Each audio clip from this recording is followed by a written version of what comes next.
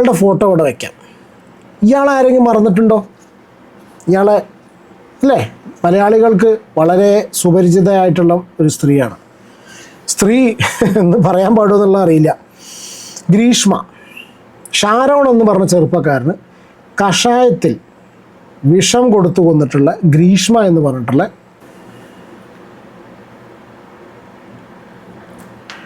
Social media content creator Akhil NRDയുടെ ഭാര്യ ഒരു ബസ് കണ്ടക്ടറുടെ കൂടെ ഒളിച്ചോടി പോകുന്നതിൻ്റെ CCTV വിഷ്വൽസ് ഇന്ന് സോഷ്യൽ മീഡിയ മൊത്തം വൈറലാണ്.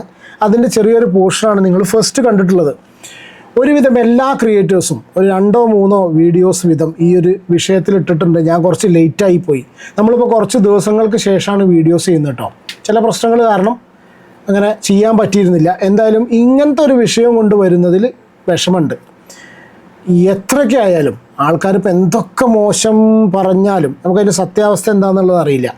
ഞാൻ ഈ ഒരു നിമിഷം അവൻ്റെ ഒരു അവസ്ഥ ആലോചിച്ചപ്പോൾ ഇന്ന് രാത്രി അല്ലെങ്കിൽ ഈ ഒരു വിഷയം നടന്നതിന് ശേഷം അല്ലെങ്കിൽ ഇത് അറിഞ്ഞതിന് ശേഷം എന്തായിരിക്കും ആ ഒരു ചെറുപ്പക്കാരൻ്റെ അവസ്ഥ എന്നുള്ളത് ചിന്തിച്ചു നോക്കുകയാണ്. പറയുമ്പോൾ പലർക്കും പല രീതിയിലെടുക്കും, തമാശയായിട്ടെടുക്കും, കളിയാക്കിയിട്ടെടുക്കും, വിഷമം ദേഷ്യമൊക്കെ ഉണ്ടായിരിക്കും. 3 വർഷത്തോളം പ്രണയിച്ചിട്ട് രണ്ടുപേരും കൂടി വിവാഹം കഴിച്ചാണെന്ന് മനസ്സിലാവുന്നത്. ഏകദേശം 1 വർഷത്തോളം രണ്ടുപേരും ഒരുമിച്ചുണ്ടായിരുന്നു. സോഷ്യൽ മീഡിയയിൽ കണ്ടു കഴിഞ്ഞാൽ വളരെ നല്ല കപ്പിളാണ്. അവർ ഒരുമിച്ചുള്ള വീഡിയോസ് ചെയ്യുന്നുണ്ട്, പ്രൊമോഷണൽ വീഡിയോസ് ചെയ്യുന്നുണ്ട്. ഈ മീഡിയയുടെ മുന്നിൽ പ്രത്യേകിച്ച് ഇവൻ്റെ മൂവി പുറത്തിറങ്ങിയിട്ട് അതിന് മുന്നിൽ വരുന്ന സമയത്തൊക്കെ രണ്ടുപേരും തമ്മിൽ അങ്ങനെ ഒരു പ്രശ്നങ്ങളുള്ളത് പോലെയോ അല്ലെങ്കിൽ യാതൊരു ഹിൻറ്റും ഇതുവരെ ആർക്കും ഉണ്ടായിരുന്നു എന്ന് തോന്നുന്നില്ല. അല്ലെങ്കിൽ നമുക്കറിയില്ല പേഴ്സണൽ ലൈഫിൽ എന്താ നടക്കുന്നതെന്ന് ആർക്കും അറിയില്ലല്ലോ. നമുക്ക് നമ്മുടെ പേഴ്സണൽ ഇതിൽ എന്താണെന്നുള്ളത് ഒരിക്കലും പുറത്ത് ആരും പറയില്ല അല്ലേ. എന്തായാലും വളരെ അൺഫോർച്ചുനേറ്റ് ആയിട്ടുള്ള ഒരു ഇൻസിഡൻ്റാണ്. പക്ഷെ ഇങ്ങനെയൊക്കെ ആണെങ്കിലും കൂടി ഞാൻ അതിൻ്റെ വേറൊരു വശം ഞാൻ ചിന്തിച്ച സമയത്ത് എനിക്ക് തോന്നിയൊരു കാര്യം, ഒരു കണക്കിന് പോയത് നന്നായി എന്ന് ഞാൻ പറയും. എന്തുകൊണ്ടാണെന്നറിയോ? അതായത് ഇപ്പോൾ ഇതാണ് മേഘ നായർ. നിങ്ങൾ അറിയുമല്ലോ, കണ്ടിട്ടുണ്ടായിരിക്കും. ഞാനൊരാളുടെ ഫോട്ടോ ഇവിടെ വയ്ക്കാം. ഇയാളാരെങ്കിലും മറന്നിട്ടുണ്ടോ? ഇയാളെ അല്ലേ, മലയാളികൾക്ക് വളരെ സുപരിചിതയായിട്ടുള്ള ഒരു സ്ത്രീയാണ്. സ്ത്രീ എന്ന് പറയാൻ പാടുമെന്നുള്ള അറിയില്ല. ഗ്രീഷ്മ. ഷാരോൺ എന്ന് പറഞ്ഞ ചെറുപ്പക്കാരന് കഷായത്തിൽ വിഷം കൊടുത്തു കൊന്നിട്ടുള്ള ഗ്രീഷ്മ എന്ന് പറഞ്ഞിട്ടുള്ള സ്ത്രീ, മനുഷ്യ സ്ത്രീ എന്നൊന്നും പറയാൻ പറ്റില്ല അല്ലേ. യെസ്, ആ ഒരു ആള്. ഈ ഒരു കഥ അധികമായിട്ടില്ല, ഉണ്ടായിട്ടില്ലേ, മലയാളികൾ മറന്നിട്ടില്ലേ ഈ ഒരു വിഷയം. വേറെ ഒരാളുടെ കൂടെ ജീവിക്കാൻ വേണ്ടിയിട്ട് തീരുമാനിച്ച ആ സ്ത്രീ അവളൊന്നും മിണ്ടാതെ ഇറങ്ങിപ്പോയല്ലോ. ഈ ചെക്കന് വല്ല വിഷമോ എന്തെങ്കിലും കൊടുത്തിട്ട് ഇതിനെ വല്ലതും ചെയ്തിട്ടാണ് പോയതെങ്കിലോ നമ്മൾ എത്ര കേസ് ഇതിന് മുന്നേ കണ്ടിട്ടുണ്ട്. അപ്പോൾ തൽക്കാലം ഇതൊരു മാനക്കേടിൽ തീർന്നു എന്ന് വിചാരിച്ചാൽ മതി. കുറച്ച് ആൾക്കാർ സൈബർ ബുള്ളി ചെയ്യും, അത് ഡെഫിനറ്റ്ലി എന്തായാലും ഉണ്ടാവും എന്നുള്ളത് 100%. പക്ഷെ എന്നാലും എനിക്ക് തോന്നുന്നു മജോറിറ്റി ഇതിനെക്കുറിച്ച് കേൾക്കുന്ന ആൾക്കാർ ഇങ്ങനത്തെ സിറ്റുവേഷനിൽ അവൻ്റെ ആ ഒരു സിറ്റുവേഷനും അവരുടെ റീൽസും കാര്യങ്ങളൊക്കെ കണ്ടിട്ടുള്ള ആൾക്കാർ മജോറിറ്റി ഓഫ് പീപ്പിൾ കാണുന്ന സമയത്ത് അവനോടൊരു സഹതാപം, എനിക്ക് പേഴ്സണലി അതാട്ടോ, എനിക്ക് അവനോട് സഹതാപവും ആ സ്ത്രീയോട്, ആ പെണ്ണിനോട് എനിക്ക് തീർത്താതിരി. അതിന് എന്ത് കാരണം കൊണ്ട് പോയി എന്നുള്ളത് അറിയില്ല. ഇനി എന്ത് തന്നെ കാരണമാണെങ്കിലും എനിക്ക് പേഴ്സണലി ന്യായീകരിക്കാൻ കഴിയില്ല. സ്നേഹിച്ച് കല്യാണം കഴിച്ച് ഒരുമിച്ച് ജീവിച്ചിട്ട് ഇനി എന്ത് തന്നെ കുറവുകൾ, എന്ത് തന്നെ പ്രശ്നങ്ങളുണ്ടെങ്കിലും ഇതല്ല പോം വഴി. അതായത് ഇതൊരിക്കലും ഒരു പോം വഴിയല്ല. വളരെ മാന്യമായിട്ട് ഒരു ഡിവോഴ്സ് നേടിയിട്ട് വേണമെങ്കിൽ പോകാമായിരുന്നു. She could move away, walk away അല്ലേ. പക്ഷെ ഇതൊരിക്കലും ഈ ഒളിച്ചോടി പോവുക എന്ന് പറഞ്ഞാൽ ഇത് ആൾക്കാർ ഇതിനെ വ്യാഖ്യാനിക്കുന്നത് എന്താ വെച്ചാൽ, ബിരിയാണി കഴിച്ചുകൊണ്ടിരിക്കുന്ന സ്ഥലത്ത് പെട്ടെന്ന് ഒരു റേഷൻ കടയിലേക്ക് പോയി അല്ലെങ്കിൽ റേഷൻ അരിയിലേക്ക് കയറി എന്നുള്ളതാണ് കമൻസൊക്കെ പറയുന്നത്. ഒരുപാട് കമൻസാണ്. അഖിൽ NRDനെ മോശമാക്കി പറയുന്ന ഒരുപാട് കമൻസ് ഉണ്ട്. ഈ പെണ്ണിനുണ്ട്. സ്വാഭാവികമായിട്ടൊരു വിഷയം നടക്കുന്ന സമയത്ത് 2 ഭാഗത്തുണ്ടായിരിക്കും. പക്ഷെ എൻ്റെ ഇതിൽ ഇത്രയേ ഉള്ളൂ, പ്രശ്നങ്ങൾ എന്തെങ്കിലും ഉണ്ടെങ്കിൽ ഒത്തുചേരാൻ അല്ലെങ്കിൽ ഒരുമിച്ച് പോകാൻ പറ്റാത്തൊരു സിറ്റുവേഷനിലാണ് നിൽക്കുന്നതെങ്കിൽ വേർപിരിയാം, മാന്യമായി വേർപിരിയാം. ഇനി വേറെ ഒരുത്തനോട് ബന്ധം ഉണ്ടാവാൻ പാടാത്തതാണ് ഉണ്ടെങ്കിൽ തന്നെ അത് അതിൻ്റെതായ രീതിക്ക് പോവുക. ഇതൊരിക്കലും ഒരു പരിഹാരമല്ല. ഇത് വളരെ മോശം പരിപാടിയായിപ്പോയി. ഒരു കാലത്തും ഇവൾ ഗുണം പിടിക്കില്ല എന്നാണ് എനിക്കിതിൽ പറയാനുള്ളത് കേട്ടോ. ഞാൻ അതിൽ ആ ഒരു വിഷ്വൽ ജസ്റ്റ് ഒന്ന് വെച്ചുതരാം. നിങ്ങൾ അറിഞ്ഞിട്ടുണ്ടായിരിക്കും. ഇതിപ്പോൾ നിങ്ങളിപ്പോൾ സ്ക്രീനിൽ കാണുന്നതാണ് ഈ ഒളിച്ചോട്ടം.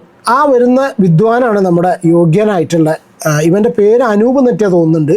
ഒരു പൂവാലൻ എന്നൊക്കെ ഇരട്ടപ്പേരുണ്ടെന്നൊക്കെ പല ആൾക്കാരും പറയുന്നുണ്ട്. കാരണം വെച്ചാൽ സ്വാഭാവികമായിട്ടും ഇങ്ങനൊരു വിഷയം നടന്നു കഴിഞ്ഞാൽ പ്രത്യേകിച്ച് ഒരു സെലിബ്രിറ്റി റിലേറ്റഡ് കാര്യങ്ങളായതുകൊണ്ട് ഒരു 3-4 വീഡിയോ ഒക്കെ ഒരാളെ ഭാഗത്തു നിന്ന് ഉണ്ടായിരിക്കും. കാര്യങ്ങൾ അറിയിച്ചു കൊണ്ടിട്ടുള്ള വീഡിയോ ആണെങ്കിൽ തിരക്കടില്ല. ഇത് ഇനിയിപ്പോൾ ഇവിടുന്ന് അങ്ങോട്ട് കഥകൾ സ്റ്റാർട്ട് ചെയ്യുകയാണ്. ഒരുപാട് കഥകളായിരിക്കും. ആ കായും കൊണ്ടെടുത്ത ആ ഒരു കള്ളബടുവ അവനാണ് ഇതിനെ തട്ടിക്കൊണ്ടുപോകാൻ വന്നിട്ടുള്ളത്. തട്ടിക്കൊണ്ടുപോകാനെന്നല്ല, വിളിച്ചുകൊണ്ട് പോകാൻ. വിളിക്കേണ്ട ആവശ്യമൊന്നുമില്ല. ഒരു ബിഗ് ഷോപ്പറൊക്കെ ഇട്ടിട്ട് അയ്യടാ ഈ പോക്ക് കാണുന്ന സമയത്ത് എനിക്ക് ഓർമ്മ വരുന്നത് എന്താ അറിയോ, എനിക്ക് പെട്ടെന്ന് നമ്മൾ ഈ ടി വിയിൽ മാത്രമേ അല്ലെങ്കിൽ സിനിമയിലൊക്കെ അല്ലേ ഒളിച്ചോട്ടം കണ്ടിട്ടുള്ളൂ. ഞാൻ ആദ്യമായിട്ടാണ് CCTV ഇതുപോലെ ഒളിച്ചോട്ടം കാണുന്നത്. വണ്ടി വന്ന് കയറി പോയില്ലേ, ആ വണ്ടി ഇന്നോവ കയറിപ്പോയി. ഞാൻ ഇങ്ങനൊരു വിഷ്വൽ ഇത് നമ്മൾ CCTVയിൽ അല്ല എന്താ പറയുക സിനിമയിലല്ലാണ്ട് നേരിട്ട് കണ്ടിട്ടില്ല. പക്ഷെ സിനിമയിൽ പെട്ടെന്ന് ഓർമ്മ വരുന്ന കേസ് എന്താ അറിയോ, മേരി, ഏത് നമ്മുടെ ഷാജി പാപ്പൻ്റെ മേരി ആടിലെ സീന്. രുചിയുണ്ടല്ലോ ഷാജിയേട്ടാ അല്ലേ, ആ രുചിയുണ്ടല്ലോ ഷാജിയേട്ടാ ഓർമ്മിപ്പിക്കുന്ന രീതിയിൽ ആ ഒളിച്ചോട്ടം. ഇത് മറ്റേ എൻ്റെ കൂടെ മറ്റേ ഷാജി പാപ്പൻ്റെ ഭാര്യ അജു വർഗീസിൻ്റെ കൂടെ, പേര് പോലും ഓർമ്മയിട്ടില്ല, അജു വർഗീസിൻ്റെ കൂടെ ഇറങ്ങിപ്പോകുന്ന ആ ഒരു സീനാണ് ഓർമ്മ വന്നിട്ടുള്ളത്.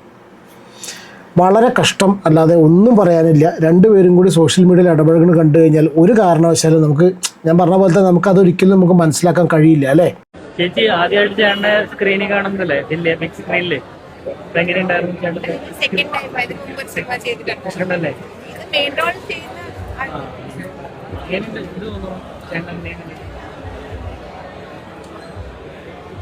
ചേട്ടൻ സിനിമയിൽ വരണമെന്ന് ആഗ്രഹമുണ്ടോ?